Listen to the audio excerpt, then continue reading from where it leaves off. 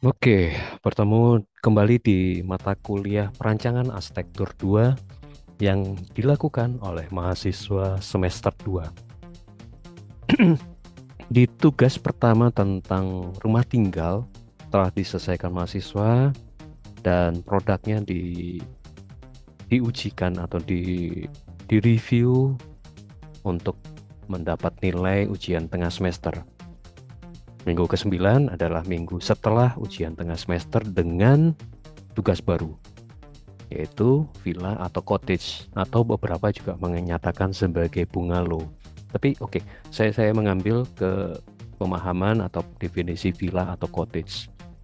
Secara umum, kalau dicek di kamus online, ada hal yang menjadi acuan kalau villa lebih kepada keberadaannya di luar kota. Ada yang di rural atau yang di suburban, dan biasanya dimiliki oleh orang yang eh, strata sosial ekonominya menengah ke atas. Kemudian ada yang kalau di pemahaman British ada yang detached atau semi detached dengan urban resident dengan punya luas garden atau halaman yang cukup luas. Itu pemahaman villa secara umum. Atau cottage biasanya kalau ini kita bisa mengambil a usually small house for vacation use. Jadi rumah kecil yang digunakan untuk rekreasi. Ya, kita mengambil dua hal ini, berada di luar kota, dekat dengan alam, itu terkait dengan definisi villa tadi, dan biasanya digunakan untuk eh, kegiatan atau aktivitas rekreasi, vacation, dan bentuknya small house. Jadi bentuk mini dari sebuah rumah yang letaknya di kawasan yang dekat dengan alam. Jadi di visualisasi di sini eh, saya mengambil ada dua, ada Gilak Villa yang ada di Iran dengan bentukan seperti ini, dan ada yang Ulaman Retreat. Ini bagian dari sebuah hotel. Jadi ada hotel, resort hotel, biasanya kemudian terdiri dari beberapa gugus masa cottage. Jadi ini gambaran awal bahwa akan yang kita hadapi adalah desain untuk sebuah bangunan kecil dengan aktivitas utama untuk rekreasi, untuk relax, leisure, itu kemudian berada di kondisi atau di tapak yang dekat dengan alam atau di luar kota. Itu yang garis besar atau kata kunci yang bisa kita dapat dari eh, proyek kedua ini atau tugas kedua ini. Latar belakangnya sebenarnya kenapa muncul tugas atau proyek ini lebih kepada perkembangan pariwisata yang ada di Indonesia terutama. Jadi sebelum COVID itu memang angkanya kemudian naik dan turun drastis atau mendarat darurat, katakanlah seperti itu karena kondisi COVID, dan sekarang mulai berkembang lagi, mulai naik lagi. Dan yang menjadi jualan, tanda kutip jualan pariwisata Indonesia adalah pariwisata yang terkait dengan alam, yang kemudian dikenal dengan sustainable tourism, gitu ya, yang sangat dekat dengan alam, sangat lokal, dan ini yang menjadi kekhasan dan menjadi jualan. Nah, eh, jadi villa atau cottage ini punya tujuan, punya kaitan yang ada hubungan dengan pariwisata di Indonesia. Kemudian tahapannya atau target pasarnya adalah luxury traveler dengan kondisi atau dengan kemampuan ekonomi bahkan di level yang paling atas. Itu perlu penjelasan dan perlu pemahaman di awal ini sebagai latar project ini supaya kita bisa menyediakan atau menyajikan fasilitas-fasilitas yang sesuai, dan kemudian nanti secara bentuk arsitektural juga bisa dipertanggungjawabkan. Jadi mendekati kondisi kenyataan kebutuhan akan fasilitas ini. Jadi luxury traveler mencari experience that are authentic, unique, and personal. Authentic, unik, dan personal. Itu yang menjadi kata kunci. Apa yang unik adalah yang kemudian kalau dikaitkan dengan Indonesia ya tentang alamnya. Itu yang akan menjadi garis landas bergerak kita, peroncangan kita. Oke, kita coba masuk. Luxury traveler itu aktivitasnya apa? Saya minta tolong membuat pernyataan di Copilot, prompt di Copilot supaya mencari aktivitas yang luxury itu seperti apa sih? Dia kemudian memunculkan 7 aktivitas, tapi yang terkait dengan arsitektural, terkait dengan aktivitas di dalam sebuah cottage atau villa ada 4 ini. Private swimming pool, kemudian outdoor terrace, high-end equipment dalam pengertian perabotnya high-end, dan kemudian barbecue facilities. Barbecue facilities lebih kepada dapur kecil dengan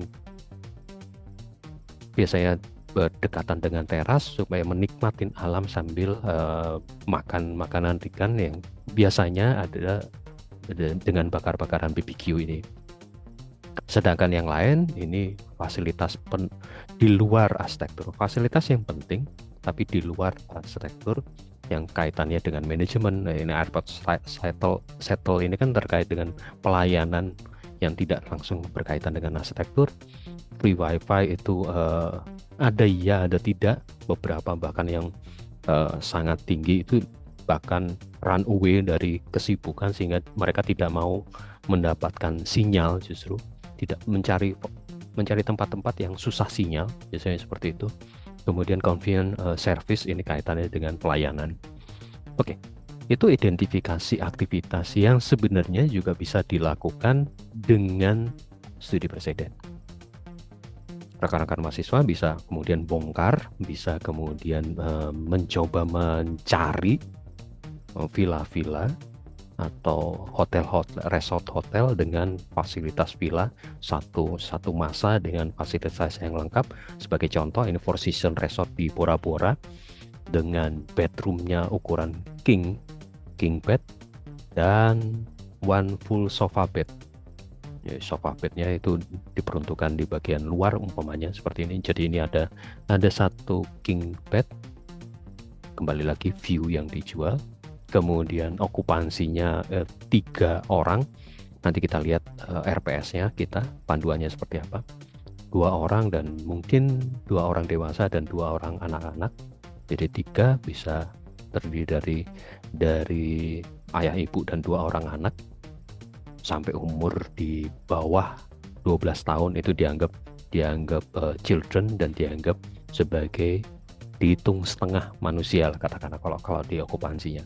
Kemudian fasilitasnya ada bedroom, full bedroom plus guest bedroom, dan unique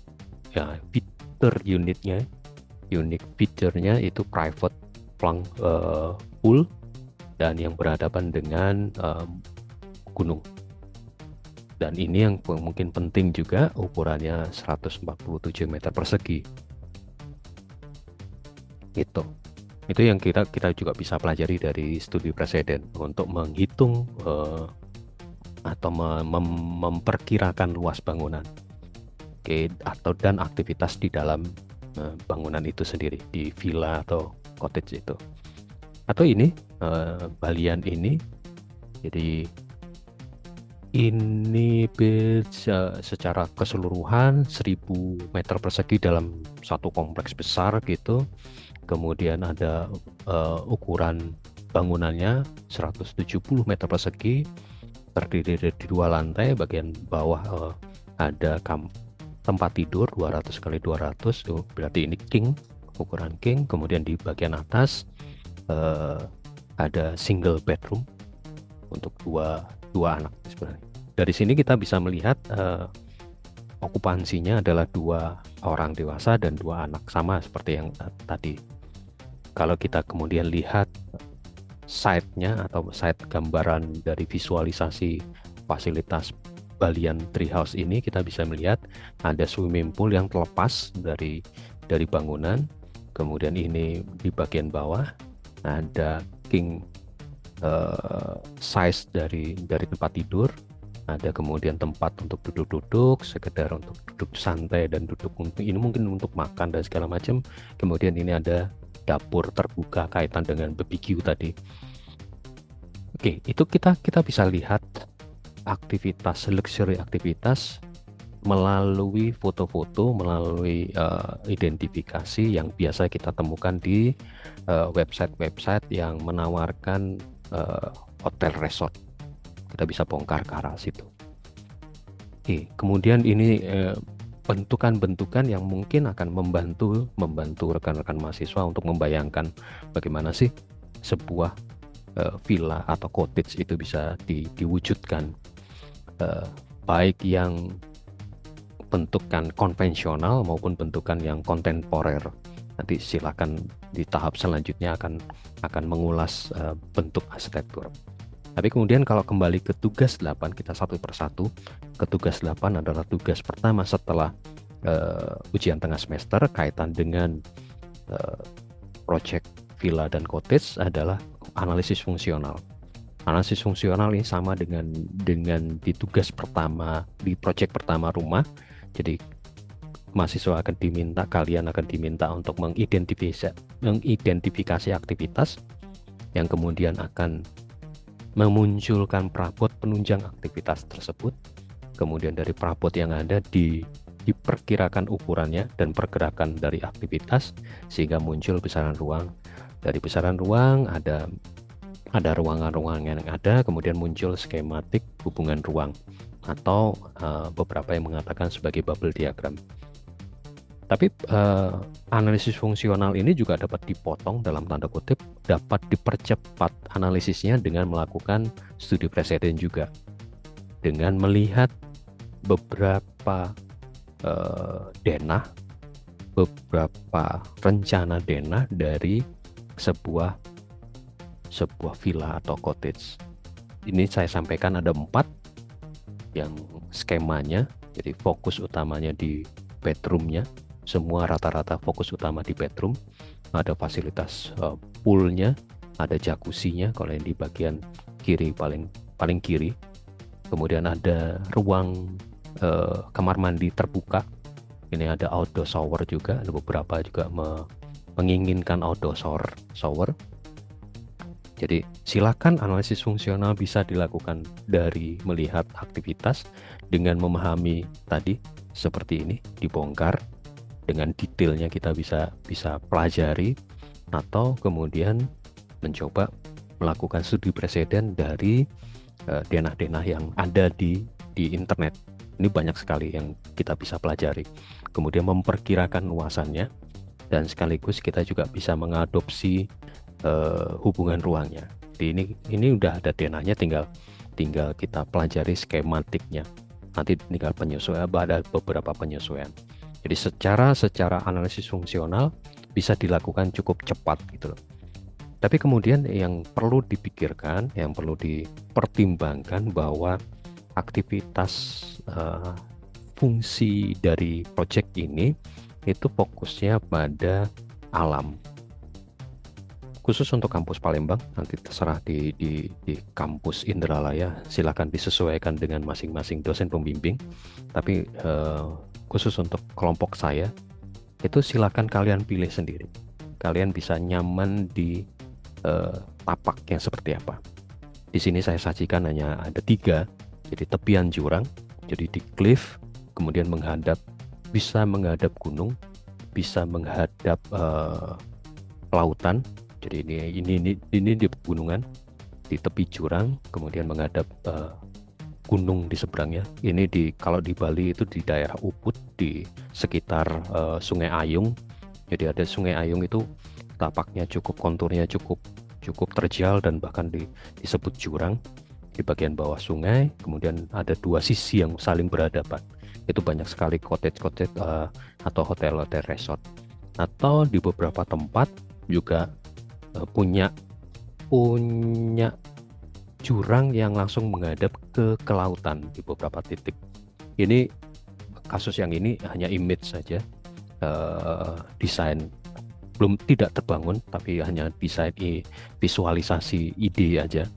Tapi ide tapaknya kita bisa bisa gunakan, atau di pegunungan, jadi masuk di dalam rimbunan pepohonan. Ini Bobo Box yang ada di puncak, dan ini di kawasan Ubud juga di Bali, tapi bukan di daerah Sungai Ayung. Atau di tepi pantai, yang sebelah kiri di Langkawi, yang sebelah kanan saya lupa itu, tapi di Indonesia, berada di Indonesia. Jadi silakan mahasiswa kemudian memilih, terutama di kelompok saya, silakan memilih tapak yang sesuai. Kenapa tapak ini jadi penting? Karena kalau kembali ke analisis fungsional, ini yang menjadi titik perhatian utama.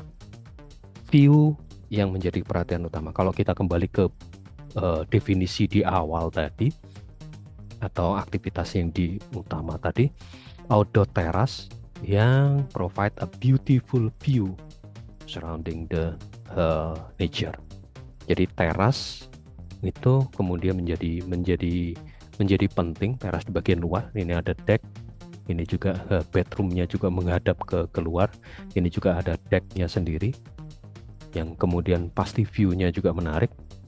Nah, sama juga dengan itu, ini ada deck. Kemudian tapi yang ini mungkin lebih tertutup, karena mungkin di kondisi tapak yang di hutan gitu, deck view-nya tidak langsung berhadapan, tapi justru mengelilingi. Jadi kalau kita lihat swimming pool dan decknya itu mengelilingi. Jadi silakan dipilih seperti apa yang mau disampaikan atau mau dipilih. Dari tapak ini kemudian menjadi perhatian utama di tanggal 19 Maret. Jadi karena tanggal 12 mungkin hari pertama ibadah puasa, untuk kampus mungkin tidak ada kegiatan, sehingga itu kenapa juga menjadi alasan kenapa saya buat video pembelajaran ini, supaya prosesnya tetap berjalan. Kalian bikin sketsa idenya, dan untuk tugas ke-8 ini, jadi analisis fungsional sampai keluarannya di sketsa ide, di skematik desainnya seperti apa, sampai ke ukuran bangunan. Apakah ada ketentuan ukurannya? Karena ini luxury facilities dan lebih kepada vacation event, jadi untuk rekreasi, tidak ada panduan atau ketentuan yang membatasi seperti halnya mungkin rumah. Jadi ini gunanya kalian menganalisis fungsional seperti apa, karena kan kalau di sebuah rumah ini sudah cukup boros, tapi kan karena ini untuk kegiatan atau aktivitas luxury dan aktivitas liburan, itu sangat berbeda, sehingga yang penting masuk akal. Memang perhitungan detail kalian, perhitungan besaran ruang kalian masuk akal, lengkap dengan kegiatan-kegiatannya dan perabotnya, saya pikir tidak ada masalah untuk besaran ruang. Itu yang saya harap di tanggal 19 Maret sketsa ide kemudian analisis fungsional juga sudah dapat, supaya pada tahap selanjutnya kita bisa menerapkan kuliah tamu dari Pak Alfa kemarin yang talking to the machine. Kita akan menggunakan AI sebagai alat bantu. Jadi ini text to image generator can be incredibly useful for architect and designer to visualize their idea and concept. Jadi AI ini membantu memvisualisasi ide kalian. Ide kalian yang coret-coretan ini mungkin akan divisualisasikan seperti yang disampaikan Pak Alfa kemarin. Ada hal-hal yang perlu diperhatikan. To explore design alternative and communicate their vision effectively. Jadi mengeksplor ide-ide kalian dan mengkomunikasikan supaya secara efektif. Dan yang perlu diperhatikan, kemarin juga muncul pertanyaan, ini tidak akan menggantikan arsitek, karena human intuisi, pengalaman intuisi, kemudian artistic sensibility, sense terhadap keindahan, itu sangat esensial di dalam eh, ranah arsitektur. Jadi ini hanya membantu, terutama di PA2 ini membantu memvisualisasikan awal, karena akan ada tahap selanjutnya. Jadi di tugas 8 ini memang fokus ke fungsionalnya dulu, besarannya segala macam itu dikunci dulu. Setelah itu ditutup, sementara disingkirkan, fokus pada olah bentuk yang menggunakan AI.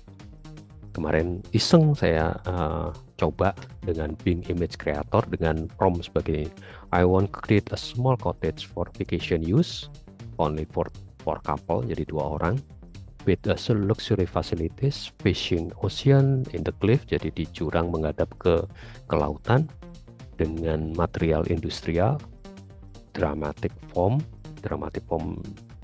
dalam hal ini acuannya adalah Zaha Hadid style. Kemudian ini fotografernya yang biasa digunakan oleh media majalah arsitektur, dan settingnya adalah sunset.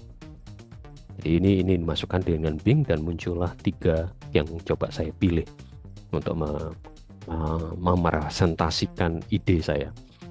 Tapi jadi nanti kita akan punya 2 pada tugas berikutnya. Tugas 8 punya besaran ruang dengan ukuran dengan kegiatan yang cukup lengkap. Kemudian di tugas berikutnya kita punya visualisasi dari ide tersebut. Tinggal kemudian itu digabungkan supaya ini memperjelas bahwa artificial intelligence itu tidak menggantikan manusia, tetapi sebuah alat untuk mengamplify, mengembangkan kemampuan human creativity dan ingenuity, mengembangkan kemampuan manusia.